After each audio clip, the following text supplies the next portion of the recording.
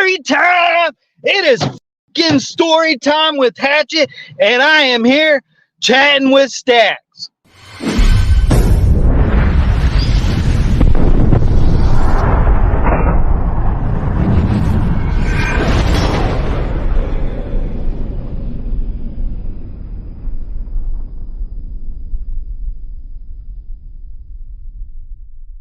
Welcome to this episode of Chatting with Staxx. I'm your host, Bill Staxx, and today I got Hatchet. I had one foster family then make me go out and clean horse stalls.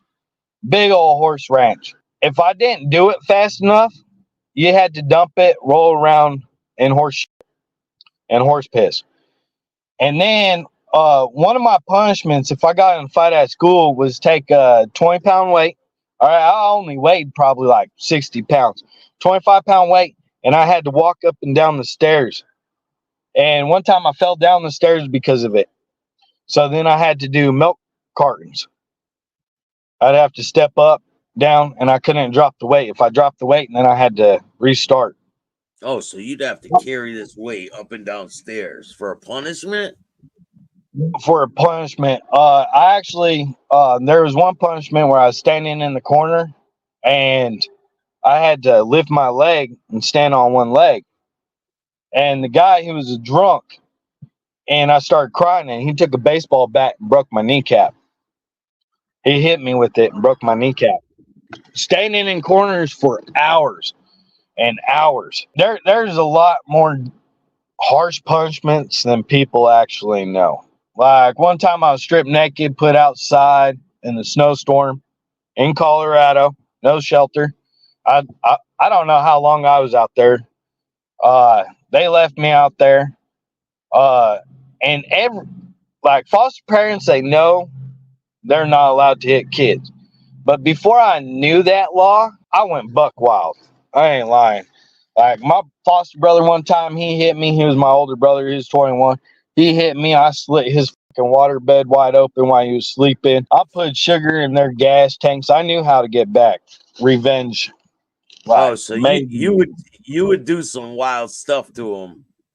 Yep. I had a foster mom one time. I had to move this big ass wood pile, and I only had 6 hours to do it. And if I didn't do it, I had to move that wood back and then redo it.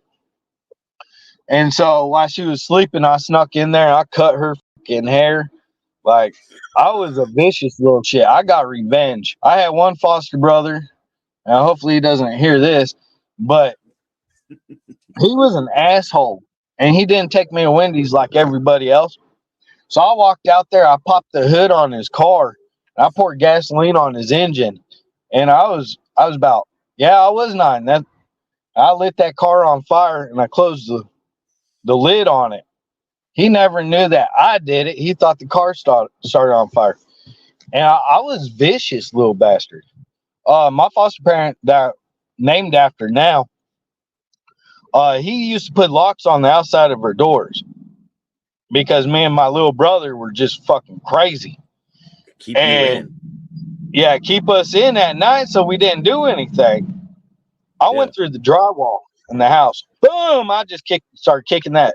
I was like, damn, that's weaker than the door. So I went right through that. And I escaped. I ran away that night. So I've caused a lot of divorces. I know that. So when did you first see motorcycle clubs? When was that?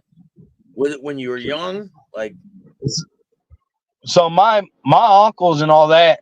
So I'm named after a biker. All my brothers are named after bikers.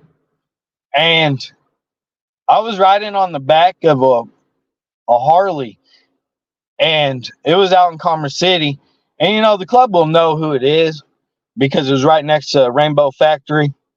And I was riding, and a car cut us off, and I was hanging on for dear life. I was about 5 years old. And this car cut us off, and we ran up in the guardrail, and it about snapped my leg off. Like, it hit so hard. And I was instantly in love with going fast. But when they all got arrested, I wasn't really about it until I was watching Gangland. And this is when came out. You remember you could fast forward and pause. Yeah. My mom runs across the screen, and I was with my foster dad that did all the private investigation. So he really wanted to find out about my real mom. So if the state couldn't find my mom, he would, because that was one of his promises. I will find your mom for you. And I'm sitting there, and I'm watching it, and I shit you not, I see my mom run across the screen, and I'm like, "That's my mom." And he's like, "No, it's not." And I would not give up on it. And finally, he just rewinds it and he's like, "That's not your mom." And he go get, this is the first picture I had of my mom. And I think I was 9 years old. And they come up and he's like, "That is your mom." And he hands me the picture of my mom. Wow. So that was the first picture I had of her. So she was on a documentary. Yeah, she was actually on a documentary. Wow. So it kind of floated in and out. But most, like the 80s, 90s, and early 2000s, most millennials were about MTV. They are called the MTV kids for a reason. And so we were about sagging our pants, being a West Sider, or being a Blood, doing all that. You know, we're about the cars, shooting at each other for fun. And that's just America.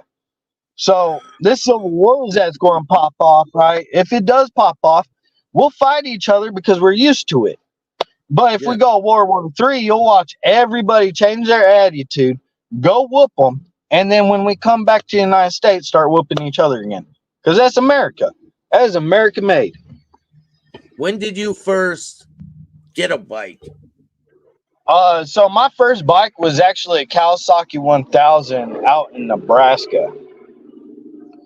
And I got real drunk, and this is actually when Fast and Furious came out. Yeah. And so I had a freaking Eclipse with Lamborghini doors, you know, little thug boy walking around. And I used to not talk like this. I used to call everyone cuz and cut. If you're a white boy, I call you cut. If you're a black boy, I call you cuz. And the reason why you call a white boy cut is because when shit happens, you're automatically cut. They ratting out the white boy. Just say. But so I get a Kawasaki 1000. I had it for a week. And I get real freaking drunk. And this is plowing season out there. And anybody that knows about plowing season, doing cornfields, the best time to wreck a motorcycle out in Nebraska is right after they plow. Because I hit it at I think it was 130. And I went into the ditch, popped out, and I landed in the field. And just because he freshly plowed it, I'm alive. And because I was drunk, I was racing my Eclipse. And I lost control. Kind of like soft. It's soft, right? Yep, because they just plowed the ground. Wow. So after that bike, when did you get another one? Do you keep going with the bikes? So I got out of it and I started building. Like I had a Nova, I had Corvettes, I've had all kinds of cars, and I've learned at a young age all these people throw away trash, and the rich communities, they throw away good shit. And I learned that from a trash guy. So when they'd like, "Oh, I want to scrap this car or whatever," I worked at a scrapyard, so I'd get all these cars and I'd fix it. Fastest way, make money, flipping cars. So after I got out of jail in West Virginia, I did 2 years, and my ex actually put a hit on me. My ex-wife, my second one. So she mailed it in. Tell me about that. Tell me about that. So me and my ex, my second wife, and my first wife, we were actually really fucking crazy together. But me and my second wife, we're all about the dope, like all about it. And they took away my son. The state gave him to his mom, and I couldn't see my kid because she was pulling, "Oh, you kidnapped him." No, bitch, we didn't have a custody. So I get with this one girl, and she's about the dope, banging dope. And I'm like, I've smoked it. I've never shot it. So I did. Boom. And I went star wild with her. We're together for about 2 years, but we're going back and forth, and it was bad enough. I turned down 4.5, I think it was $4.5 million. Like, I left her for a little bit because I wanted to raise my kid. So when I left her, I actually had a contract down here. They wanted me to be a big GM and build a resort. And I was like, hell yeah. And I met that through the whole church thing, finding Jesus moment. And then she's like, I'm pregnant. And I'm like, all about it. I'm like, I don't want to go raise my kid. So I go down to West Virginia, back down there, and we get back into the dope. And so we get into domestic. Well, the day before, like, she saved me from actually going to prison for murder because we end up losing our baby. And she's like, that dude's right there is the one that hit me in my stomach. And I was like, all right. And I'm all doped out. And I get out my Denali. I walk in the back of it. I used to keep a mask and a pistol. I grab it. I'll walk into the dollar store and I point it at this dude. Here come my ex fucking running across. She tackles me into the aisle. She goes, this is the wrong person. Like, I almost smoked him. Like, if it wasn't for her, like, noticing, oh shit, that's the wrong person, I would have just ended that dude right there. Because I'm all about kids. And so we get back that night, and as I'm driving, this dude waves at my wife, right? And I'm like, bitch, I just bought this truck yesterday. Like, why the... So whole way there, me and her going at it, and she pulls a kitchen knife and slashes my face. So I back up and I go hit her, right? And during the process, her 13-year-old daughter jumps up, my elbow hits her in the eye. And I didn't know this. I'm all dope strung out, and I punch her and she slashes me, and then she like drops the knife and jumps on me and attacks me, right? And so I have all these cuts and scratches, and I'm doped out. I don't even know I'm in court. So during my hearing process, I missed the whole don't contact her. You got a restraining order. So I call this bitch twice. I mail her twice. So that's automatic felony. That's automatic 7 years. And then I come down in the pod, and I'm like, what the fuck? And I go to court, and I'm like, I didn't even know I was in jail. I just come down. Yeah, the shit started wearing off, right? It started wearing off. Yeah, you're like in a drug-induced haze. And so she sends in divorce papers, and that's actually what saved me from actually doing 7 years, because you're allowed to act as your own attorney, and you're also allowed to send paperwork to her. So that's the only reason why the 2 letters didn't count, because I added in divorce. So while I'm in there, I'm in a misdemeanor pod. Now, granted, I've already done misdemeanor time all over, and I've beaten felony cases all over. So I'm in there. In West Virginians, if you don't know family, oh, you fighting. If you ain't part of any kinfolk out there, you fight.